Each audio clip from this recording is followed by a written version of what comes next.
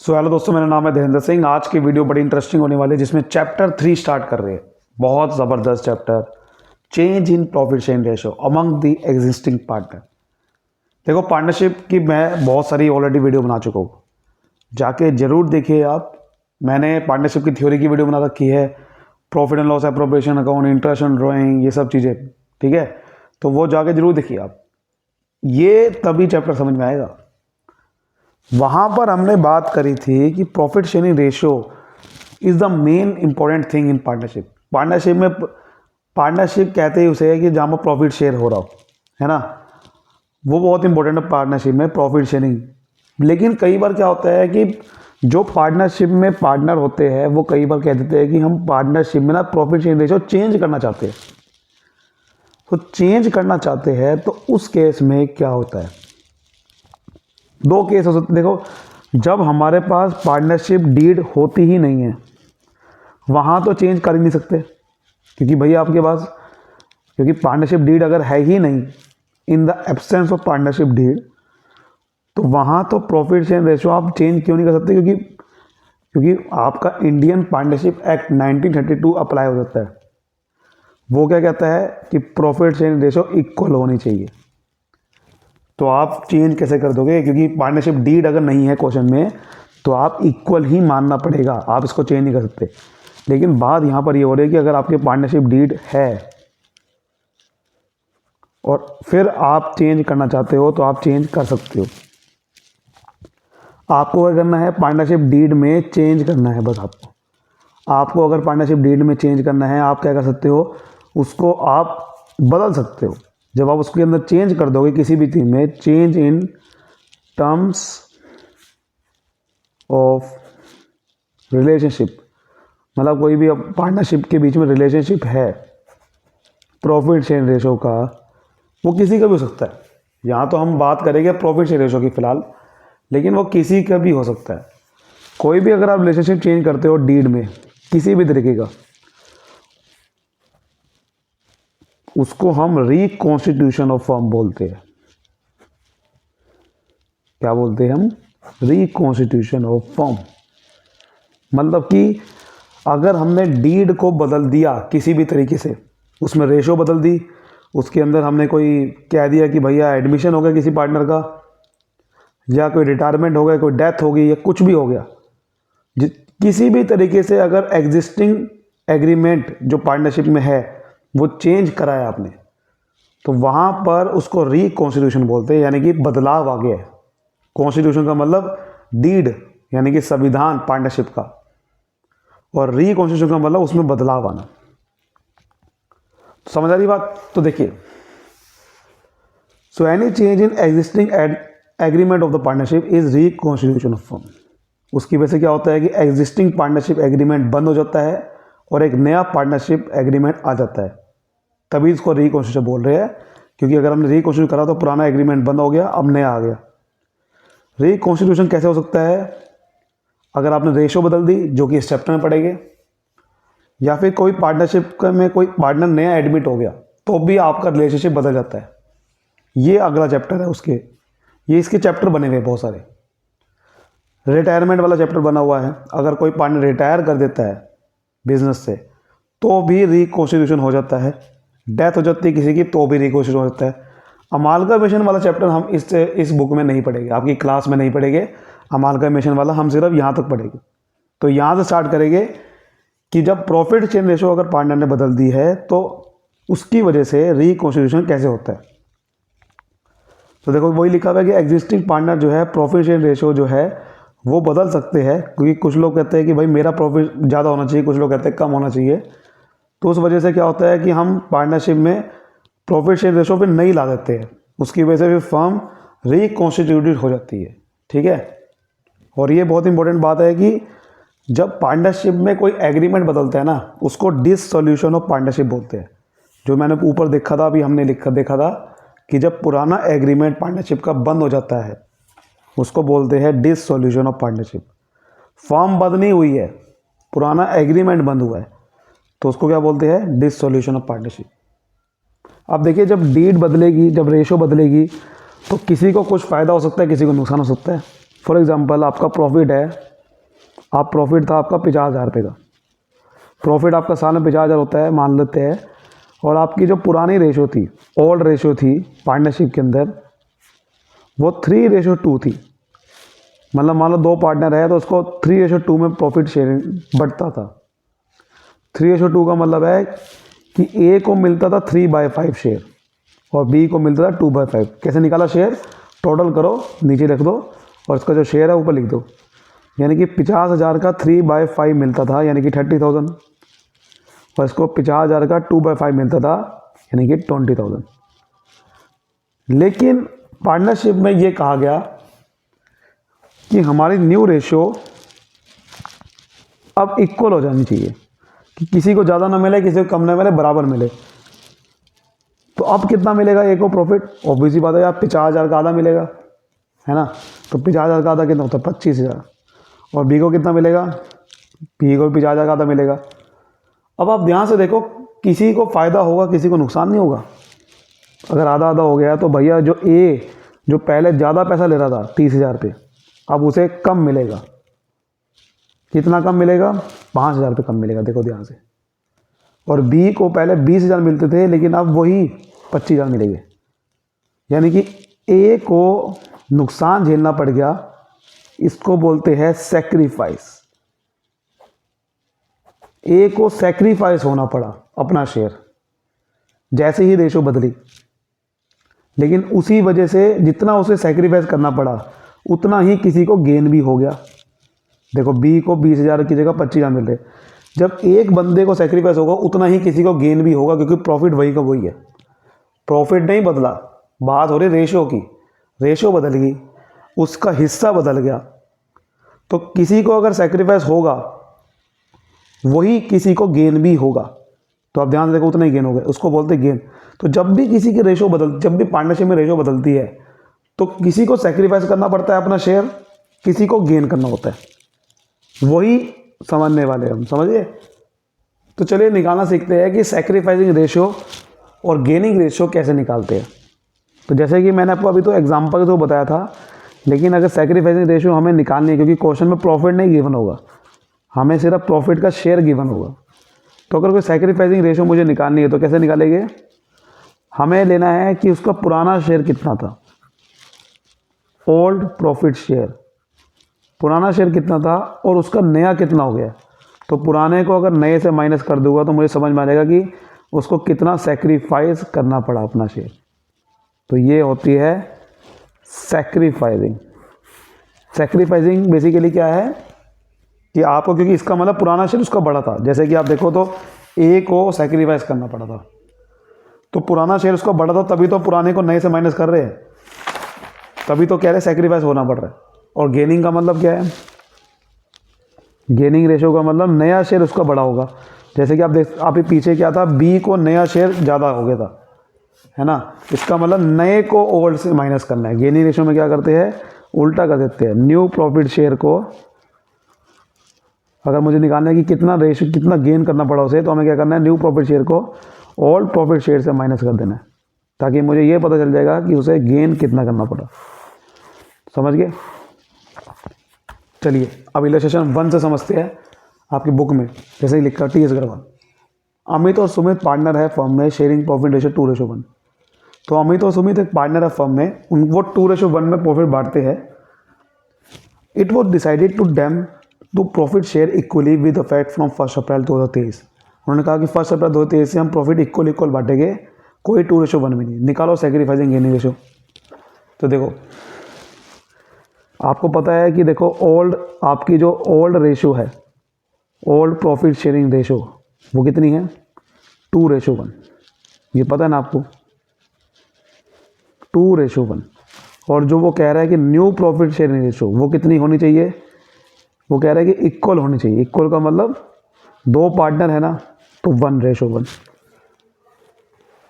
तो इसका मतलब हमें अगर सेक्रीफाइसिंग रेशो निकालनी है, तो जैसे मैंने आपको बताया सेक्रीफाइसिंग रेशो का मतलब क्या था? पुराना शेयर बड़ा है उसका, किसको सेक्रीफाइस करना, अगर मुझे ये निकालना है तो इसका मतलब मुझे क्या करना पड़ेगा? पुराने को नए से माइनस करना है। तो पुराने को नए से माइनस कर दूंगा तो इसका मतलब अगर वो आंसर पॉजिटिव आ गया इसका मतलब उसका पुराना शेयर बड़ा था, यानी कि उसको सेक्रीफाइस करना पड़ा। तो यानी कि ओल्ड प्रॉफिट शेयर को मुझे माइनस करना होगा न्यू प्रॉफिट शेयर, ठीक है। तो अब ध्यान से देखते हैं कि ए को, अमित को पहला देखते हैं, जैसे कि यहाँ पर अमित और सुमित है, तो देखते हैं कि अमित को सेक्रीफाइस करना पड़ा या नहीं करना पड़ा। तो अगर यहाँ निकालते हैं अमित, देखो अमित का शेयर कितना था, 2:1 है। 2:1 में अमित का शेयर कितना है, 2।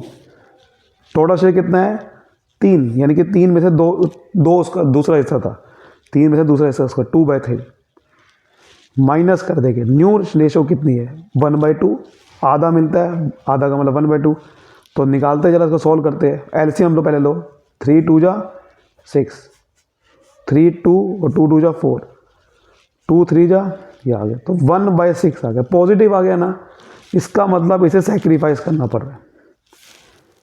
लेकिन सुमित की देखते हैं, सुमित को ऑब्वियसली बात है सेक्रीफाइस नहीं करना पड़ेगा। अगर एक को सेक्रीफाइस करना पड़ा है और पार्टनर 2 है, तो ऑब्वियसली बात है, मैंने पीछे आपको जैसे बताया था, प्रॉफिट तो एक ही होता है ना। एक को अगर सेक्रीफाइस करना पड़ा, पार्टनर 2 है, तो दूसरे को तो गेन ही करना पड़ेगा। तो ये बात पक्की है कि जितना उसे सेक्रीफाइस इतना इसका करना पड़ा, उतना ही इसको गेन भी होगा। देख लेते हैं कितना हो रहा है कि नहीं हो रहा। इसका शेयर कितना है, 1/3, और इसका न्यू शेयर भी 1/2 है। तो एलसीएम आ गया 3 2 जा 6, 3 2 और 2 यहाँ पर आ गया 2 3 जा। तो देखो माइनस में आ रहा है, माइनस में आ रहा है, तो भैया ये क्या है, गेन। तो यहाँ ब्रैकेट में लिख दो गेन है ये। तो ये सेक्रीफाइस है, ये गेन है। सेक्रीफाइस में सेक्रीफाइस लिखने की जरूरत नहीं है, क्योंकि सेक्रीफाइसिंग रेशियो है, लिख भी सकते हो, कोई दिक्कत नहीं है। समझ आ रही बात कैसे करते हैं।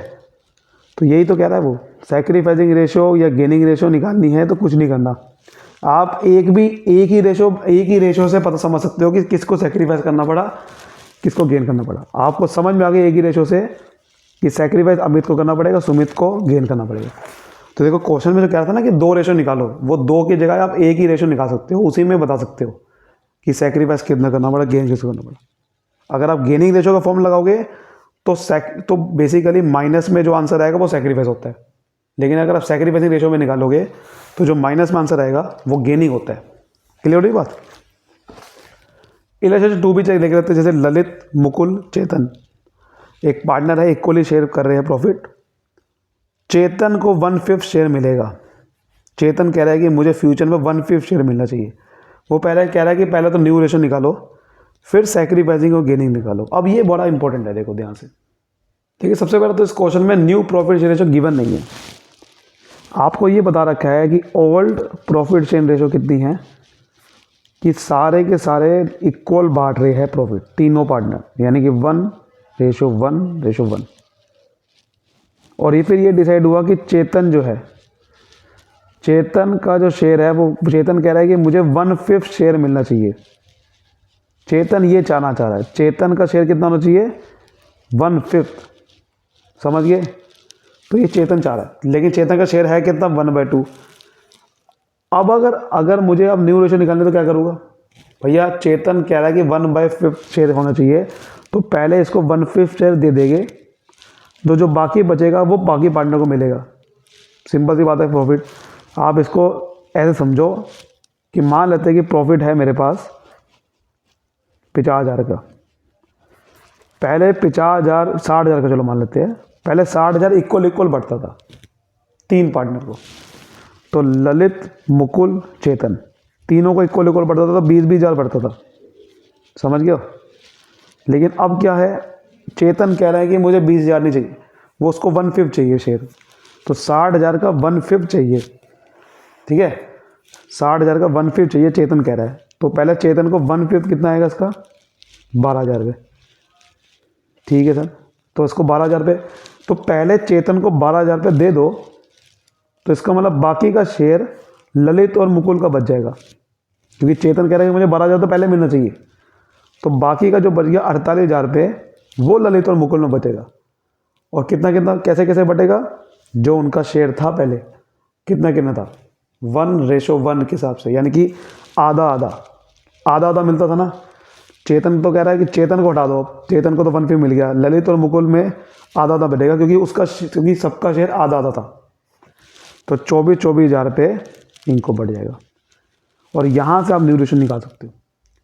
बट प्रॉब्लम यहाँ पर ये है कि प्रॉफिट मुझे गिवन नहीं है, क्योंकि हम क्वेश्चन रेशो से कर रहे हैं, तो रेशो की फॉर्म में ही मुझे कुछ प्रॉफिट को मानना पड़ेगा। जैसा आपको पता है कि रेशो का टोटल होता है वो 1 आता है, प्रॉफिट को रेशो की फॉर्म में 1 मानते हैं, तो यहाँ मान लेंगे let profit is equal to 1, क्योंकि रेशो की फॉर्म में हम कोई भी चीज़ को 100% वैल्यू को 1 मान लेते हैं। तो प्रॉफिट, ये सारा शेयर कहाँ से निकला है? प्रॉफिट से। ये जो 1/5 कर रहे हैं, 1:1 कर रहे हैं, ये सब प्रॉफिट से निकले हैं ना शेयर। 1/5 किसका करेंगे? 1 का ही तो करेंगे, प्रॉफिट का करेंगे। तो मैंने प्रॉफिट को मान लिया 1, ठीक है, रेशो की फॉर्म में 1 मान लिया। अब आप देखो, चेतन को 1/5 देना है, तो चेतन को कितना देना है? 1/5। तो बाकी का चेतन को पहले 1/5 दे दिया, जो बाकी का बचता है वो बाकी पार्टनर को बचेगा। तो पहले बाकी का देखते हैं कितना बचा शेयर, रिमेनिंग शेयर, यानी कि अब रिमेनिंग प्रॉफिट कितना बचा। टोटल प्रॉफिट है 1 में से 1/5 चेतन को दे दिया, तो बाकी कितना बचा? एलसीएम ले लो, 5 एलसीएम आ गया, 5 - 4, 4/5 बचा। तो 4/5 शेयर मिलेगा, बाकी पार्टनर को बढ़ जाएगा, ठीक है, बाकी पार्टनर को बढ़ जाएगा, यानी कि ललित और मुकुल में कितना कितना बढ़ेगा? ललित का देखो new share, Lalit new share, so Lalit का न्यू शेयर कितना हो जाएगा भैया? ललित का न्यू शेयर हो जाएगा कि आपको 4/5 मिलेगा, 4/5 का शेयर मिलेगा, लेकिन 4/5 का कितना हिस्सा मिलेगा? 1/2, आधा, क्योंकि उसका पुरानी रेशो तो भैया ललित और मुगल की आधी आधी थी ना, उसके हिसाब से ही मिलेगा उसे, क्योंकि चेतन चाह रहा था न्यू शेयर, ललित नहीं चाह रहा था। लेकिन ललित का न्यू शेयर बदल के कितना हो जाएगा? क्योंकि ललित को 1 में से नहीं मिलेगा, 1/4 में से मिलेगा, क्योंकि पहले प्रॉफिट 1 था, सबको आधा आधा बढ़ रहा था, लेकिन 1/5 पहले बढ़ गया, तो बचा 4/5 का मिलेगा उसे आधा।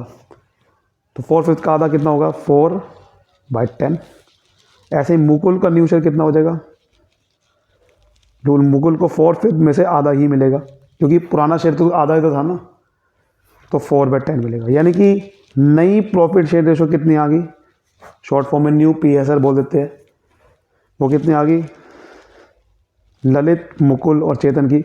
ललित का हो गया 4/10, मुकुल का हो गया 4/10, और चेतन का 1/5 है।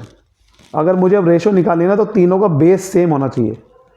तो बेस सेम करने के लिए मुझे इसका चेंज करना पड़ेगा, बेस, इसको 10 बनाना है नीचे।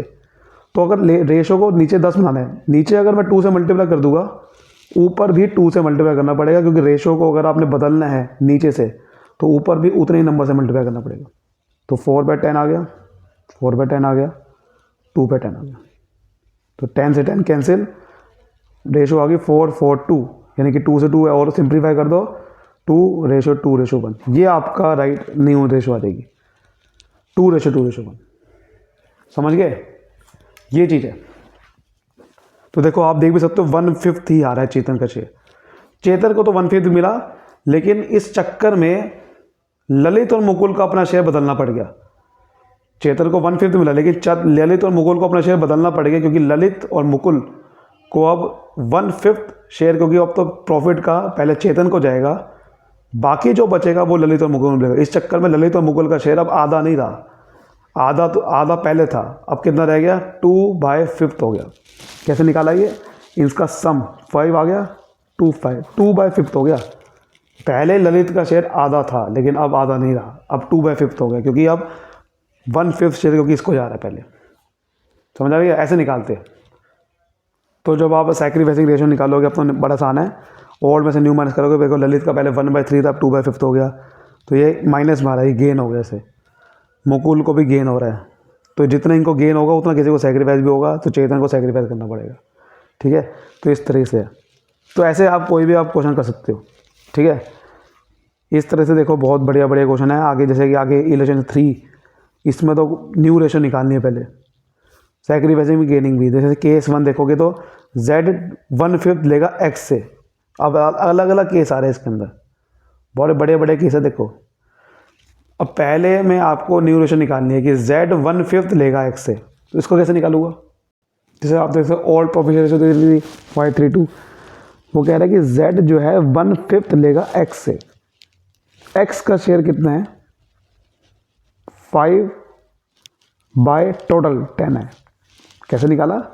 टोटल 10 शेयर में से 10 हिस्से में से उसको 5वां हिस्सा मिलेगा, तो z का कह रहा है कि x z जो है 1/5 लेगा x से लेगा 1/5, ध्यान रखना बात, यानी कि x में से 1/5 ले लेगा। तो उसका मतलब मुझे एक चीज़ बताओ, अगर x का शेयर है 1/5, उसका नया शेयर कितना हो जाएगा, क्योंकि x 5/10 तो x का शेयर था। वो कह रहा है कि z कह रहा है कि मैं तो 1/5 x से ले लूँगा, यानी कि x अपना 1/5 शेयर माइनस कर देगा और किसको दे देगा, z को। तो 1/5 शेयर माइनस कर देगा तो x का नया शेयर निकल जाएगा आपको। तो इसका मतलब एलसीएम लोगे तो एलसीएम हमारा 10, तो 5 आ गया, ये 2 आ गया, तो 3/10 शेयर हो जाएगा x का, इसका मतलब, क्योंकि x अपना 1/5 शेयर तो z को दे देगा, तो बाकी का बचा वो x का नया शेयर बन गया। तो y का कोई नहीं, y में चेंज हुआ ना, y का तो 3/10 ही रहेगा, 3/10 प्रोपोर्शन है ना, ये 3 प्रोपोर्शन मिलेगा 10 का, 10 प्रोपोर्शन में से 3 प्रोपोर्शन मिलेगा उसे। z का न्यू शेयर आपको कह दिया क्वेश्चन में कि z का न्यू शेयर कितना हो जाएगा, 1/5। वो क्या तो रहा है, z का शेयर 1/5 हो जाएगा। z का शेयर था कितना, 2/10 पहले था, उसको 1/5 और मिल जाएगा। समझ रहे हो बात को, क्योंकि z क्या कहा है क्वेश्चन में, देखो z 1/5 लेगा x से, z का शेयर कितना था, 2/10 था, इसको 1/5 और मिल गया ना x से, क्योंकि देखो x का सेक्रीफाइस अपना करना पड़ा, शेयर x को 1/5 सेक्रीफाइस करना पड़ा, और किसको मिल गया, वो z को मिल गया। किसी को सेक्रीफाइस किसी को गेन होता है, मैंने क्या बताया था। तो 10 एलसीएम आ गया, 2/2 4/10 आ गया। तो नई रेशो कितनी आ गई, x y z की। x का शेयर हो गया 3/10, y का शेयर उतने को उतना है, z का 4/10 हो गया, 10 से 10 3 रेशो। अब आप निकाल सकते हो, कुछ भी निकालो, सेक्रीफाइस निकालो, गेनिंग निकालो, कुछ भी निकालो, बात समझने की जरूरी थी, बस कैसे निकालना है। केस 2 कह रहा है कि भाई z कह रहा है कि 1/5 लेगा इस बार इक्वली x और y से। इक्वली का मतलब हो गया 1/5 का आधा लेगा। 1/5 का आधा का मतलब आधा कैसे करते हैं, 1/5 का आधा से करते हैं, 1/5 को आधा कैसे करते हैं, आधा का मतलब 1/2, यानी कि 1/10 लेगा x से इस बार और 1/10 लेगा y से। तो आप x में से 1/10 इस बार माइनस कर देना, y में से 1/10 माइनस कर देना, और जो टोटल शेयर हो गया 1/5 वो z में प्लस कर देना। वही कर रखा है देखो उन्होंने, x अपना 1/10 देगा, y अपना 1/10 देगा, और टोटल 2/10 z को मिल जाएगा, यानी कि 2/10 का मतलब 1/5। समझ गए। केस 3 कह रहा है कि x y z जो है अपना प्रॉफिट शेयर इक्वल करेंगे। कोई बात नहीं, वो तो बताना हो गया, फिर तो न्यूरेशन निकालना कुछ भी नहीं है। केस 4 कह रहा है कि z लेगा 1/5 शेयर ऑफ x। अब ये समझने वाली बात है, जहाँ पर वर्ड ऑफ आ गया, ऑफ का मतलब मल्टीप्लाई होता है, फ्रॉम का मतलब मल्टीप्लाई नहीं होता। ऑफ आ गया तो केस 4 में पता क्या होगा, x का शेयर कितना था, 5/10। x अपना सेक्रीफाइस कितना करना पड़ेगा, x से वो कितना लेगा, 1/5 लेगा इस बार। x से 1/5 लेगा, लेकिन 1/5 शेयर ऑफ x का मतलब 5/10 का मल्टीप्लाई करके पहले निकालना है, 1/5 मल्टीप्लाई करना है, और यहाँ माइनस कर रहे थे, बस ये फ़र्क है। यानी कि हमें इसमें पहले बता देता कि सेक्रीफाइस कितना करना पड़ा, बट यहाँ पर सेक्रीफाइस कितना करना पड़ेगा वो निकालना है पहले x को। तो 5/10 का 1/5 करूँगा पहले मैं, तो 5/50 आ गया या 1/10 आ गया। तो यानी कि x को अपना 1/10 सेक्रीफाइस करना पड़ेगा। तो x का न्यू शेयर निकालने के लिए क्या करूँगा, 5/10 को 1/10 से माइनस करूँगा तो 4/10 आ जाएगा। तो देखो वही कर रखा है इन्होंने, वही कर रखा है, देखो ध्यान से। 5/10 का शेयर था, 1/10 सेक्रीफाइस करना पड़ेगा, और ये 1/10 मैंने कैसे निकाला, अभी जैसे मैंने आपको बताया। ये चीज़ है, उम्मीद करता हूँ यहाँ तक वो समझ में आ गया। तो वीडियो पसंद आए तो वीडियो को लाइक करिए। हमने आज अगली वीडियो में हम बहुत बेहतरीन ट्रीटमेंट और गुडविल समझेंगे। ये वीडियो बहुत इंपॉर्टेंट थी। वीडियो को फटाफट लाइक करिए और फैला दीजिए। Thank you so much.